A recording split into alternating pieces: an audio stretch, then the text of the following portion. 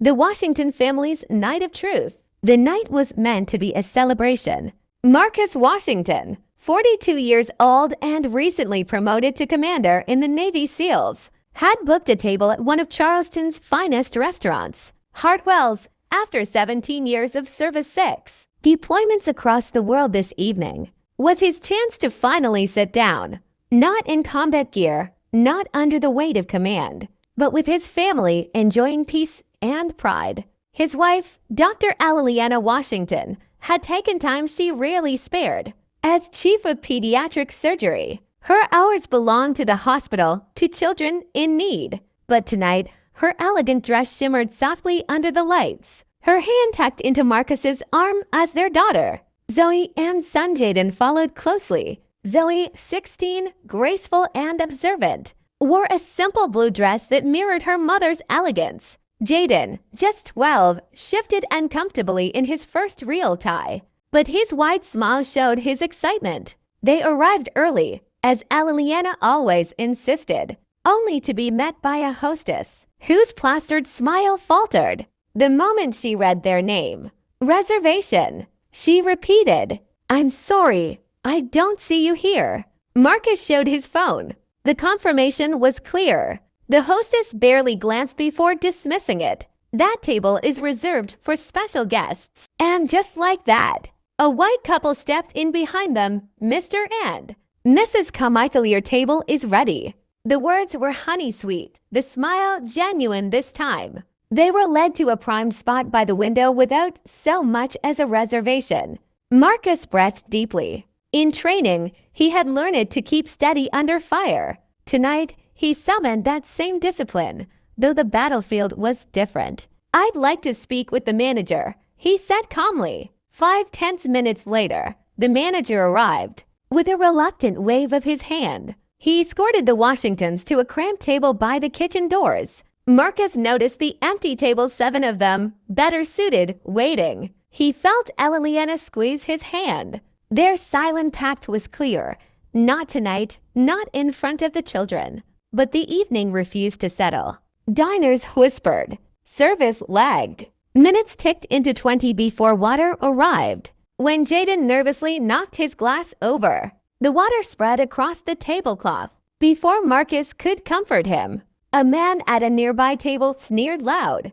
Enough for all to hear. "Some people just don't know how to behave in places like this." Laughter rippled. Jaden's shoulders sank. Marcus's heart tightened. He had walked through desserts under sniper fire, but nothing struck him harder than watching his children taste humiliation. And then the door opened. 3 police officers entered. Marcus's instincts sharpened instantly. The leader, Officer Brendan Reynolds, was no stranger to Charleston's Black community. His name carried a reputation profiling intimidation, fear. Their eyes met. Marcus sat straighter. Aliliana's subtle nod confirmed she felt the danger too.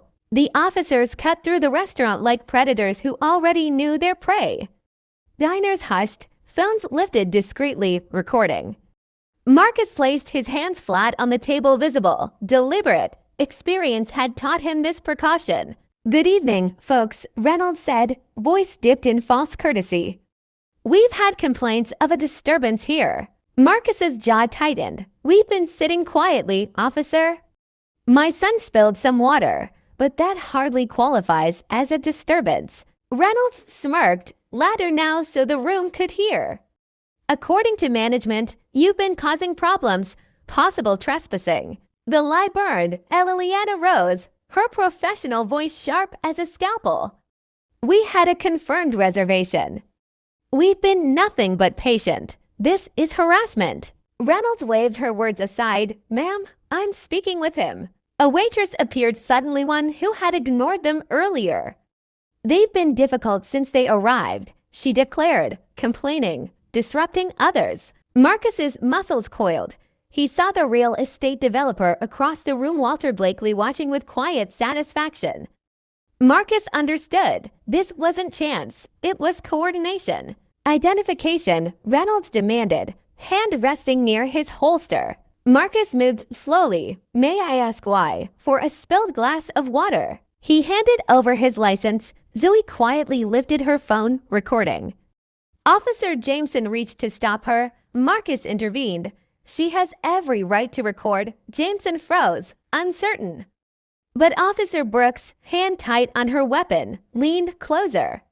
Sir, you're interfering with police business. Fear spread across Jaden's young face. Zoe's hands trembled, but she kept filming. The restaurant was silent now, every eye on them, every phone capturing. Reynolds leaned in. If you don't cooperate, you'll be taken into custody. Marcus's decision crystallized. Enough silence, enough humiliation, enough fear for his children. As Reynolds reached for handcuffs, Marcus moved slowly, deliberately, into his jacket. Hands where we can see them, Brooks barked, weapon half drawn. Marcus's voice cut through the silence. I'm reaching for my military identification. You need to know who you are dealing with. He pulled out the leather wallet, flipped it open. The Navy SEAL trident glimmered beneath the lights. Commander Marcus Washington, he said firmly, voice carrying across the restaurant. United States Navy SEAL, sex combat deployments. 17 years defending this country while you stand here threatening my family over a glass of water. Gasps filled the room. Reynolds' face drained of color. Brooks holstered her weapon instantly. Jameson straightened, respect flickering in his eyes. Eliliana stepped forward, holding up her own badge. And I am Dr. Eliliana Washington, Chief of Pediatric Surgery at Charleston Memorial. If you think this is a game of fake IDIS, I suggest you rethink your career choices, officer. Whispers spread. A Navy SEAL, a chief surgeon, their children, and still treated like this. Phones streamed live. Comments flooded. The story was already leaving Hartwell's walls. The manager rushed back, sweating. Commander Washington, please, my deepest apologies. Dinner is on the house. Dessert. Marcus's eyes locked on him. I don't want dessert. I want your district captain. Now. The tension snapped tighter. Reynolds tried to reassert control. Military or not, interfering with police will have consequences. Marcus's calm was steel. No, Officer Reynolds. The consequences are for those who abuse their authority, and I will ensure they arrive. The restaurant doors opened again. A petite woman in captain's uniform entered. Diana Chen, known for zero tolerance of misconduct. Officers, she said, her tone sharp with authority. Explain. Reynolds stiffened. Jameson exhaled relief. Brooks looked away. Marcus stood tall, meeting her gaze. Captain, we came to celebrate a family milestone. We were humiliated by staff, threatened by false complaints, surrounded by armed officers. My children were nearly separated from us. And all for what? Because of the color of our skin. The diners leaned forward. Phones stayed up. This wasn't just an investigation anymore, it was a reckoning. Captain Chen's expression hardened as she turned to her officers. Witnesses stepped forward eagerly, offering videos, statements. Reynolds' control collapsed under the weight of truth. And there, amid the murmurs, the stares, the glowing phone screens, Marcus realized this night was no longer just about his family. It was about every family silenced, every injustice ignored. He looked at Zoe, still recording with steady hands, and at Jaden, no longer trembling, but sitting tall beside his mother. New courage, born from witnessing their parents refuse to bow.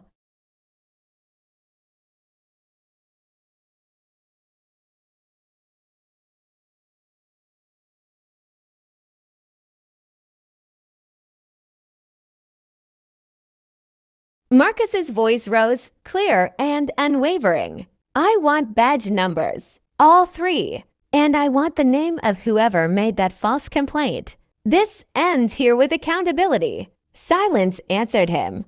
Until Captain Chen spoke, her tone final. You'll have them, Commander, tonight. In that moment, the Washington family's quiet celebration had become a spark. A spark that would spread across Charleston, across screens, across conversations. A reminder that justice delayed is still justice demanded, and that silence, in the face of discrimination, is no longer an option.